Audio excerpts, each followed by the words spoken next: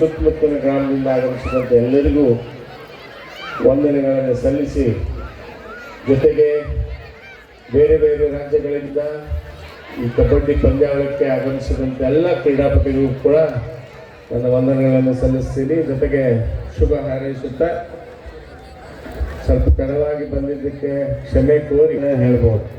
ಮಹಿಳಾ ಕಬಡ್ಡಿ ಆಗಲಿ, ಯುವಕರ ಕಬಡ್ಡಿ, ಇವೆಲ್ಲ ಏನಾಗ್ತಿದ್ದಪ್ಪ ಅಂತಂದ್ರೆ ನಿಮ್ಮ ಶಾರೀರಿಕ ಬಲವನ್ನು ಹೆಚ್ಚಿಸುವಂಥದ್ದು, ಮಾನಸಿಕ ಬಲವನ್ನು ಹೆಚ್ಚಿಸುವಂಥ ಒಂದು ಕಾರ್ಯಕ್ರಮಗಳಿವೆಲ್ಲ. ಇವೆಲ್ಲ ಗ್ರಾಮೀಣ ಕ್ರೀಡೆಗಳು. ನಮ್ಮ ಭಾರತ ದೇಶದ ಇತಿಹಾಸದಲ್ಲಿ ಈ ಗ್ರಾಮೀಣ ಕ್ರೀಡೆಗಳು ಬಹಳಷ್ಟು ಮುಖ್ಯ ಪಾತ್ರವನ್ನು ವಹಿಸಿದ್ದಾವೆ. ಇದರಿಂದ ನಮ್ಮ ಶರೀರ ಸದೃಢವಾಗಿರ್ತದೆ.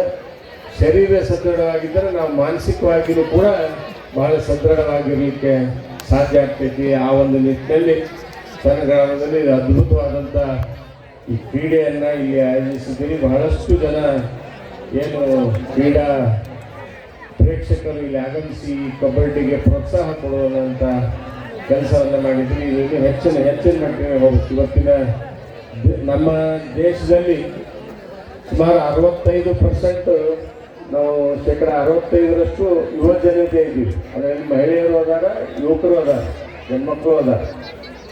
ನಾವು ಒಂದು ಸದೃಢ ಭಾರತವನ್ನು ಕಟ್ಟಬೇಕಾದ್ರೆ ನಾವು ಕಬಡ್ಡಿ ಒಳಗೆ ನೋಡ್ರಿ, ಕಾಲು ಎಳೆದು ಇರ್ತದೆ. ಇದನ್ನೆಲ್ಲ ನಾವು ಕಲಿತೀವಿ. ಇದನ್ನು ನೀವು ಕಲಿತ್ರೆ ಮುಂದೆ ರಾಜಕಾರಣದಾಗೂ ನಿಮ್ಗೆ ಅನುಕೂಲ ಆಗ್ತದೆ. ಕಾಲು ಎಳೆಯೋದು, ಒಬ್ಬರನ್ನ ಹೊರಗೆ ಹಾಕೋದು, ಒಬ್ಬರನ್ನ ಎಳೆದು ಹಾಕೋದು. ಅದಕ್ಕೆ ಇದು ಮಾನಸಿಕವಾಗಿ ಮತ್ತು ಶಾರೀರಿಕವಾಗಿ ನಿಮ್ಮನ್ನು ಸದೃಢಗೊಳಿಸುವಂಥ ಒಂದು ಕ್ರೀಡೆ ಅನ್ನುವಂಥ ಮಾತನ್ನು ಹೇಳಿ, ಇವತ್ತಿನ ನಿರ್ಮಾಣದಲ್ಲಿ ಎಲ್ಲ ಯುವಕರು ಬಹಳಷ್ಟು ಜಾಗೃತರಾಗಬೇಕು. ನಾವೊಂದು ಸಮೃದ್ಧವಾಗಿ